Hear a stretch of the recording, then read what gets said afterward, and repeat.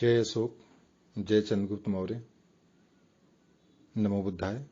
मैं विपिन मौर्य आप सभी मौर्यवंशी साथियों का आज की चंद्रगुप्त या मौर्यवंशी कथा में स्वागत करता हूं। आज हम लोग सम्राट चंद्रगुप्त मौर्य और उसके प्रशासनिक व्यवस्था के बारे में हम लोग जानेंगे। तो आइए आज हम लोग सुनते हैं चंद्रगुप्त मौर्य और उसके प्रशासन के बारे में। आज से कोई 2200 साल पहले मगध देश में एक बड़ा प्रतापी राजा राज्य करता था। नाम था चंद्रगुप्त मौर्य। मगध का सम्राट चंद्रगुप्त मौर्य। उसे अपना साम्राज्य विरासत में अपने बाप दादा से प्राप्त नहीं हुआ था। ये साम्राज्य उसने अपनी हिम्मत और वीरता से प्राप्त किया था। उस समय मगध पर राजा नंद शासन करता था। उसके पास अपार धन संपत्ति और असंख्य सेना थी, लेकिन वो लालची, घमंडी और क्रूर था। उसने अधिक से अधिक धन प्राप्त करने के लिए प्रजा पर मनमाने कर लगाए। प्रजा उससे बहुत दुखी थी। ठीक उसी समय राजा नंद के हाथों अपमानित होकर विष्णुगुप्त चाणक्य ने उस अत्याचारी राजा का तख्ता पलटने की प्रतिज्ञा की। चाणक्य के बुद्धिबल और चंद्रगुप्त के बाहुबल ने मिलकर ये असंभव सा लगता कार्य संभव कर दिखाया।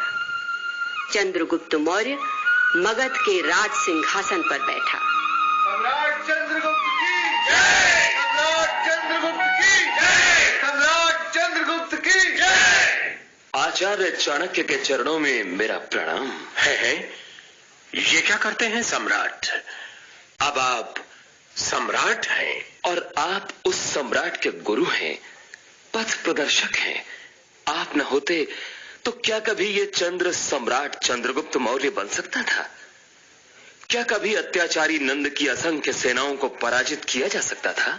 ये तो तुम्हारे पराक्रम की विजय है। नहीं, ये आपकी कूटनीति की विजय है। तभी तो विद्वान लोग आपको आचार्य विष्णुगुप्त चाणक्य नहीं, आचार्य कौटिल्य के नाम से बुलाते हैं। मैं जानता हूं, वे सब मुझे पीठ पीछे कौटिल्य बुलाते हैं। मैं राजनीति शास्त्र पर जो ग्रंथ लिख रहा हूं उसे भी कौटिल्य अर्थशास्त्र नाम दूंगा। गुरुदेव, क्या होगा इस कौटिल्य अर्थशास्त्र में? इसमें राजा के गुण, उसके कर्तव्य, प्रजा के प्रति उसका दायित्व, युद्ध और संधि के नियम और ऐसी ही अन्य बातें होंगी। तब तो मेरे जैसे अज्ञानियों का बहुत भला होगा। आप अज्ञानी नहीं हैं सम्राट, आप तो स्वयं कुशल राजनीतिज्ञ हैं। तभी तक, जब तक आपकी छत्र छाया में हूं, मुझे वचन दीजिए गुरुवर, आप मुझे कभी छोड़कर नहीं जाएंगे। मुझे इस तरह बांधो मत। नहीं गुरुवर, इस बंधन में मेरा और इस मगध साम्राज्य का स्वार्थ निहित है। आप मुझे वचन दीजिए कि आजीवन मेरे पुरोहित और मुख्यमंत्री बने रहेंगे। अच्छा वत्स, तथास्तु। गुरुदेव, अच्छा अब मुझे आदेश दें कि राजा के रूप में मेरा क्या कर्तव्य है। तो सुनो सम्राट, प्रजा के सुख में ही राजा का सुख है और प्रजा की भलाई में ही उसकी भलाई। राजा को जो अच्छा लगे वो हितकर नहीं है, वरन हितकर वो है जो प्रजा को अच्छा लगे। जो आज्ञा गुरुदेव। प्रजा के हित के लिए कृषि, शिल्प, उद्योग, व्यापार की अभिवृद्धि के उपाय करो। प्रजा को चाहे ग्राम हो या नगर, हर जगह उचित न्याय दिलवाने की व्यवस्था करो। निर्धन, अनाथ और राजाश्रित लोगों का पूरा ध्यान रखो। मैं चाहता हूं कि तुम्हारे शासन को लोग आदर्श शासन के रूप में याद करें। ऐसा ही होगा गुरुदेव। इसके बाद चंद्रगुप्त ने दूर दूर देशों पर विजय प्राप्त करके अपने साम्राज्य का विस्तार किया। चाणक्य की अच्छी शासन व्यवस्था के कारण प्रजा सुखी और समृद्ध थी। राजा को नियमित कर दिया जाता था। कर जमा करने और न्याय करने के लिए अधिकारी नियुक्त किए गए थे। कृषि की सुविधा के लिए राज्य की ओर से सिंचाई की व्यवस्था की जाती थी। गुजरात में गिरनार में एक शिलालेख मिलता है, जिससे पता चलता है कि मौर्यों के समय वहां एक झील बनवाई गई थी, जिससे नहरें निकालकर सिंचाई की जाती थी। सोचो, कहां मगध का पाटलिपुत्र और कहां गुजरात का गिरनार। लगभग इसी समय पश्चिमी एशिया में सिकंदर का सेनापति सेल्यूकस अपना साम्राज्य स्थापित करने में लगा हुआ था। उसने सीरिया से पूर्व की ओर विजयों का सिलसिला आरंभ किया। बेबीलोन और ईरान को जीतता हुआ वो सिंधु नदी तक आ पहुंचा। सिंधु के इस पार चंद्रगुप्त मौर्य की सेनाएं डटी हुई थीं। चंद्रगुप्त मौर्य युद्ध के लिए पूरी तरह तैयार था।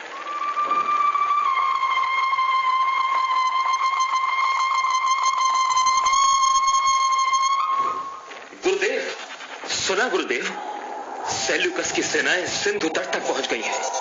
वो किसी भी समय नदी पार कर इधर आ सकता है। हाँ, सब सुन चुका हूं सम्राट। तो अब मुझे युद्ध की आज्ञा दीजिए। आज वो समय आ गया है जब हम सिकंदर के हाथों अपने देशवासियों, विशेषतः पुरराज की हार का बदला लेंगे। इतने उतावले मत हो चंद्रगुप्त। मैं प्रयत्न कर रहा हूं कि युद्ध के बिना ही संधि हो जाए। ये क्या कह रहे हैं आचार्य? आपने राजा नंद से युद्ध करने के लिए प्रेरित किया। असंख्य युद्धों के फलस्वरूप मगध के साम्राज्य को सिंधु से गंगा तक फैलाया, और आज जब हर दृष्टि से हमारा पलड़ा भारी है, तब आप युद्ध के बजाय संधि की बात कर रहे हैं। ये भी कौटिल्य की नीति है सम्राट। किंतु आचार्य, महाराज की जय हो। सैनिक, क्या समाचार लाए हो? आचार्य, एक यवन सैनिक तत्काल आपकी सेवा में उपस्थित होने की आज्ञा चाहता है। यवन सैनिक, ठीक है, उसे यहीं भेज दो। जो आज्ञा। लीजिए सम्राट, मुझे लगता है संधि स्वयं चलकर तुम्हारे द्वार पर आ गई है। मैं कुछ समझा नहीं आचार्य। समझ जाओगे। अभी कुछ समय इस पर्दे के पीछे छुप जाओ। यहाँ? हाँ, बस ठीक है।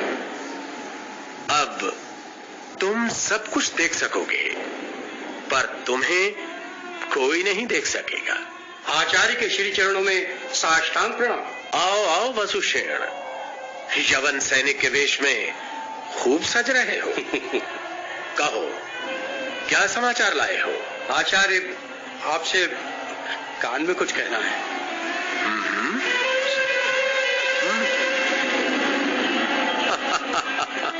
अच्छा, तो उन्हें यहीं ले आओ।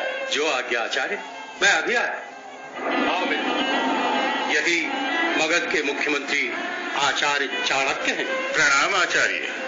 आइए यवनराज सेल्यूकस, इस शिविर में मैं आपका स्वागत करता हूं।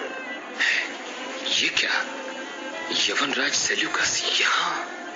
अरे, आपको कैसे पता चला कि मैं सेल्यूकस हूं? मैं तो साधारण यूनानी सैनिक के वेश में आया हूं। यवनराज, इतना बड़ा साम्राज्य मैं अकेला नहीं चला सकता, इसीलिए मैंने चरों का जाल बिछा रखा है। ये ही मेरी आंखें और मेरे कान हैं। मेरी इन आंखों और कानों ने आपके आने की सूचना पहले ही दे दी थी। और मैं समझता था मेरी गुप्तचर व्यवस्था बहुत अच्छी है। अच्छी होगी, पर मगध की गुप्तचर व्यवस्था सबसे अच्छी है। ये तो मैं देख ही रहा हूं। मैं आपके चर को धोखा देकर उसके साथ आपकी तैयारी देखने आया था, लेकिन आपका चर मुझे ही चरा गया। अब आप चाहें तो मुझे बंदी बना सकते हैं। राजाओं के निर्णय मैं राजाओं पर ही छोड़ता हूं। सम्राट चंद्रगुप्त, आइए यवनराज सेल्यूकस से मिलिए। मगध के शिविर में आपका स्वागत है यवनराज। बहुत वर्ष पहले की एक बात याद आ गई सम्राट। वो क्या? वितस्ता के युद्ध के बाद जब बंदी पोरस को विश्व विजेता सिकंदर के सामने लाया गया तो सिकंदर ने उससे पूछा, आपके साथ कैसा व्यवहार किया जाए? निर्भीक स्वर में पोरस ने कहा था, वैसा ही जैसा एक राजा दूसरे राजा के साथ करता है। हमने भी सुन रखी है ये कथा, इसीलिए आपके साथ भी वैसा ही व्यवहार किया जाएगा। आप हमारे माननीय अतिथि हैं, हमारे मित्र हैं। जब तक आपकी इच्छा हो हमारे साथ आनंद पूर्वक रहिए। धन्यवाद मित्र। जहां आप जैसा वीर योद्धा और आचार्य चाणक्य जैसा बुद्धिमान मंत्री हो, वहां युद्ध करना सरासर मूर्खता है।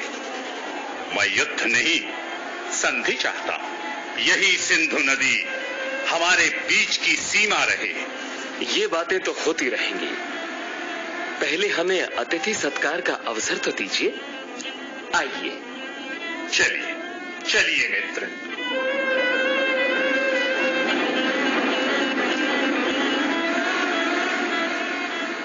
इसके बाद सेल्यूकस और चंद्रगुप्त मौर्य के बीच संधि हो गई। शायद कोई विवाह संबंध भी हुआ। इस विवाह में सेल्यूकस की ओर से काबुल, कंधार, मकरान और हेरात के प्रदेश चंद्रगुप्त को उपहार में दिए गए। चंद्रगुप्त ने सेल्यूकस को 500 हाथी भेंट किए। सेल्यूकस ने अपने एक दरबारी मेगास्थनीज को पाटलिपुत्र के दरबार में दूत बनाकर भेजा। मेगास्थनीज कई वर्षों तक पाटलिपुत्र में रहा। वहां रहते हुए उसने जो कुछ देखा उसका विवरण लिखता गया।